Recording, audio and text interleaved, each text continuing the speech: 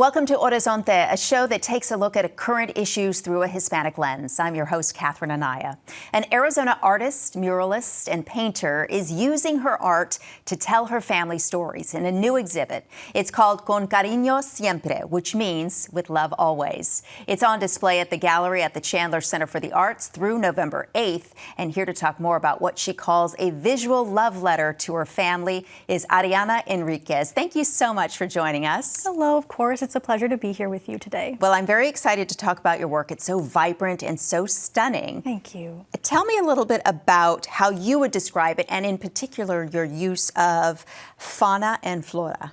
Yeah, of course. I would describe my work as, of course, botanical in nature. I love to use really colorful paints and essentially just bring the viewer in through that vibrancy and then tell a deeper story by focusing on species that are native to the Sonoran Desert so that they want to learn more about those. This exhibit obviously emphasizes a lot of those elements, but in particular, you're telling your family stories through your art. Tell me a little bit about what in particular it is about your family, and especially the strong women in your family that made you think, you know, I would like to preserve these stories through my work. Sure, yes. I think initially I really wanted the viewer to be able to enter into the gallery space and be met with these vibrant works of art, botanical themes that they may recognize, and then behind those works is a more deeper meaning of, like you said, familial stories. I think as I've gotten older, I've become more appreciative of the moments that my family and I are at home, just in the living room, enjoying coffee with each other, or around the dining room table, just talking about how my grandma grew up, or what her and her siblings used to do and get in trouble doing, and having fun with one another, or how my mom raised me, or how things were before she raised me. And I found a lot of value and inspiration in those stories, and so I knew that I wanted to focus on those for this exhibition. The conversation stories that we don't do enough, nearly enough that we don't have conversations about. So let's talk a little bit about some of the work in particular. I want to start by talking about the Love You Planted. And this is a sunflower, well, these are sunflower sculptures that are inspired by your mom. Tell me a little bit about that. That's correct, yeah. So sunflowers are my mom's favorite flower. And so I knew that the work that I dedicated to her for this show had to incorporate those sunflowers. I'm also really drawn to them because they have a deep taproot that grows 5 to 6 feet deep into the soil. And so I felt that that had a really beautiful metaphorical tie to having these deep-rooted familial values while also, staying grounded in all that we do. And whenever they're young, sunflowers follow the sun from east to west. And I've always felt like I've looked to my mom in this way and her light and energy. And so I thought that that would be a really nice piece to showcase in the center of the gallery. They are stunning. Thank you. They really are.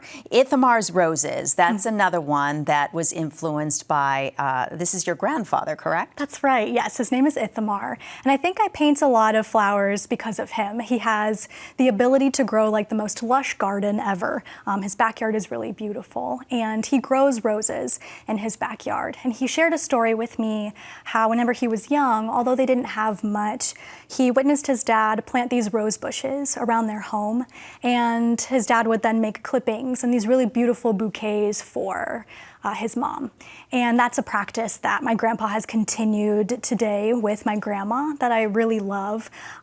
So I think this act of love served as an inspiration for Ithamar's Roses. So beautiful. And speaking of your grandmother, she is also an inspiration behind another piece of work called Desert Grace. That's correct, yes. So I knew that this piece would be really vibrant and colorful because she has such a vibrant, loud personality. And it features a portrait of her from when she was 21. And this picture was used in the newspaper to announce her engagement. And it's one of my favorite images of her. It's a gorgeous image. Thank you. So I knew I wanted to use it in the piece. And in the background, there are Santa Rita prickly pear, as well as Perry's penstemon, pink flowers that grow behind her, and hopefully, brings the viewer in with these vibrant colors. So how did your family react? You have pictures with them inside the exhibit. How did they react when they saw it for the first time in its home as an exhibit? Yes, their reaction was priceless. I think they're very proud. They've always been very supportive of me, and I didn't tell them much about the work I was creating for the show. I didn't really show them any pictures, and so it was a big surprise for them. So to see their reaction really just kind of reminds me of why I even do what I do. It was one of my most favorite moments that I will remember forever, for sure. So when you're in the process of having these conversations with your family members and listening to these stories, was there anything in particular that really surprised you about what you were hearing? Oof. I think, and I don't know if there's anything like in particular or specific, but I think I'm just consistently drawn to how steadfast the women in my family are. And this is like my great-grandma, my great-great-grandma, and just hearing the kind of women that they were growing up in the 40s and the 50s, being very courageous and bold and kind of having a voice since then, I think is really inspiring in following my path creatively, and getting to talk about them through my work is really an honor. That strength that you mentioned, did that influence at all your decision to create large-scale installments? What made you take on that large dimensional work? Yeah, I think there was definitely like a curiosity in creating larger work. Since I am a muralist, there was a goal of like, how do I bring that practice into a gallery space, which I think prompted the use of materials like plywood and MDF board cut out with a jigsaw to create more sculptural pieces. So kind of the mix between like a 2D and a 3-dimensional painting that people can walk around and interact with. I know you primarily work with acrylics in your studio and mural practice. You've done some work for some very big clients, Tostitos, Desert Botanical Garden. You hand paint every aspect of your work. So let's take a look at a couple of pieces. One being the mural, for instance, which was the first mural you've done, right? Yes, so I created, it's the first mural that I did for the city of Phoenix. Okay. And that was like a really proud moment for me to be able to paint this piece as a commissioned artist for the Washington Street Payment Center. And it was about for like a 40 or 50 foot wall. And it took probably about a month and a half to do. And getting to bring in these natural elements. Also, it was a mural about water into this space to kind of liven it up a little bit. And for people there who are waiting in line, them getting to enjoy it, to kind of have something to look at while they're waiting. So it was a really lovely opportunity. It's stunning. And the Desert Botanical Garden.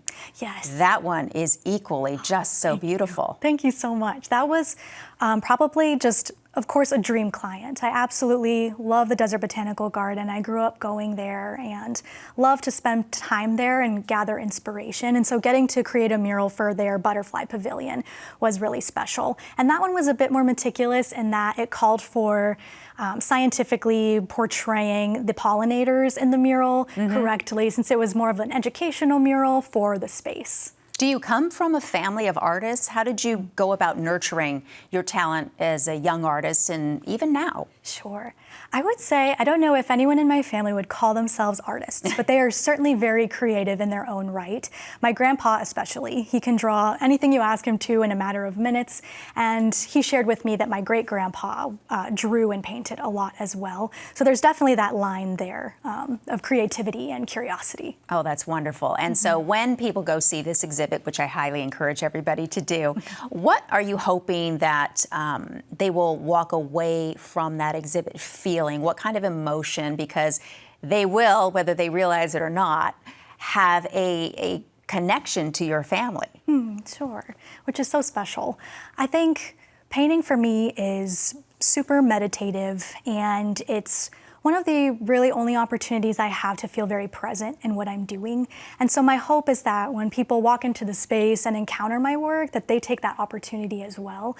I think especially in a world where we're drawn to so many things and are distracted all the time, it's a really beautiful opportunity to get to slow down and take in the artwork. And then secondly, I would say, hopefully they're curious about the species that they're seeing, and we learn more about the critters that we share, our desert home with. That's so beautiful. Absolutely. So if people are interested in your work, they can obviously go to the exhibit. You said that there is an opportunity to potentially buy some of your pieces? That's correct, yes. Some of the pieces are for sale within the gallery space too, yes. And then I have other works available on my website. Yes, so you have a shop on your website. That's correct. And is it just the paintings, or is it, say, for example, the sunflower sculptures? Sure. I would say both, yes. Both paintings I've already created, or there's also the opportunity to reach out about unique commissions or mural inquiries, but that can all be reached out through my website, arianaenriquez.com. Yes. Okay, I want to remind people again, the exhibit is on display through November 8th,